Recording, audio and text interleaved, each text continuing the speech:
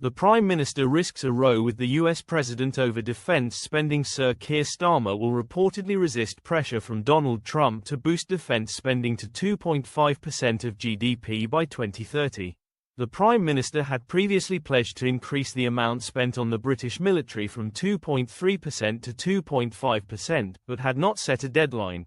Sir Keir is not expected to hit 2.5% by the end of the decade due to fears about the state. It comes as the US President has demanded that NATO members bump up defense spending to 5% of national income. A senior government source told The Times, "If we try to hit the target by 2030, it will mean deeper cuts to public services in the run-up to the election. It feels like a non-starter. The next general election must take place by 2029. A military source added, "The Treasury is putting its fingers in its ears again, saying it has to be maybe it can be 2.5% in the distant future. But that is going to lead to some very bad headlines about cuts to the military at a time of war in Europe."